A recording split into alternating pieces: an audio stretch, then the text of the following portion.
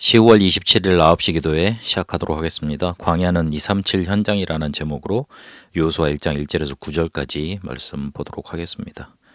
우리가 가장 어려운 게 불신앙을 이기는 게 아니고 갱신하는 겁니다. 갱신을 어떻게 해야 되냐면 광야가 237 현장이라는 것으로 깨달아질 정도로 갱신해야 됩니다.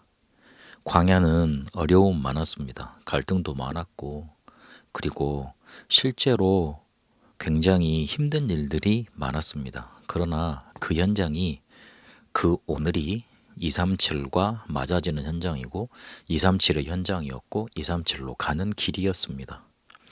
이걸 보지 못하면 실제 우리가 돈 버는 거, 경제하는 것도 시스템 갖출 수가 없습니다. 보는 눈이 틀리기 때문에 그렇습니다. 사건을 제대로 볼 수 있어야지만, 해석을 바로 할 수 있어야지만 돈도 우리가 가질 수 있고 벌 수 있습니다. 하나님이 왜 애굽으로 보내셨냐? 선교 때문에 그렇습니다. 정치, 인권 문제가 아니었고 실제로 능력이 없어서 그렇게 간 것도 아닙니다. 하나님은 선교 때문에 이스라엘 백성을 큰 민족으로 만들어서 세계 선교하시기 위해서 애굽 땅에 노예로 보내 놓으신 겁니다. 그래야지만 진짜와 가짜도 구분할 수 있습니다. 거의 대부분 사람들 먹고 사는 문제밖에 이야기하지 않습니다. 그게 관심사입니다. 돈이 없으니 내가 지금 이렇게 불행하다고 그렇게 느낍니다. 그러나 그거는 실제로 세상을 돌아가는 시스템, 세상의 진짜를 바라보지 못한 고백입니다.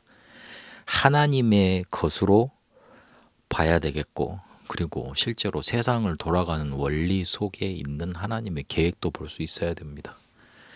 경제는 도구이고, 그리고 돈도 실제로 통용되는 수단일 뿐이라는 거. 그래서 하나님이 정말 원하시는 것 먼저 그릇 갖추는 게 중요하다는 거 볼 수 있어야겠습니다. 예배 제일 잘 드리고 헌금만 했고, 그리고 후대 교육에 올인했던 민족이 있는데 그 민족이 바로 이스라엘입니다. 그런데 이스라엘이 지금 세계를 정치, 경제, 문화 모든 걸 장악하고 있습니다. 왜 그런지 살펴볼 수 있어야 됩니다. 근본 확인할 수 있어야 됩니다.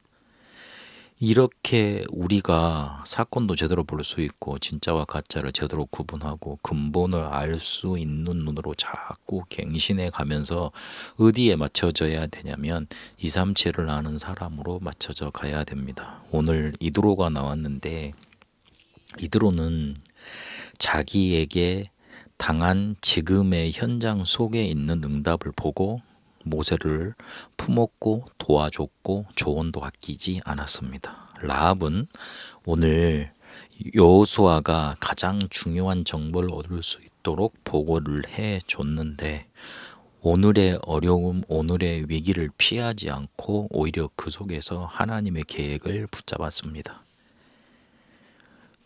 광야를 거쳐오면서 불신앙자들 많았습니다. 고라, 다단의 당, 애굽의 술객들. 그러나 그 사람들의 뜻대로 고집대로 안 됐고 하나님의 말씀대로 가나안까지 이르렀습니다. 그래서 그들과 갈등이 있다고 피하지 말고 그냥 내버려 두면 안 됩니다. 거기에 휩싸여 들지 말고 굉장히 중요한 응답이 있다는 것 확인해야 됩니다. 만약에 광야에서 어려움 느끼는 수준이라면 사단의 공격 이기지 못합니다.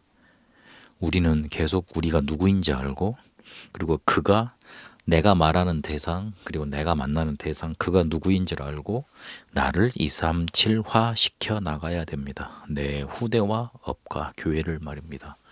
하나님이 우리를 세계 복음화 할 수 있는 사람으로 부르셨고, 이전에 아무것도 안 되는 사람을 구원받은 하나님의 자녀로 부르셨습니다.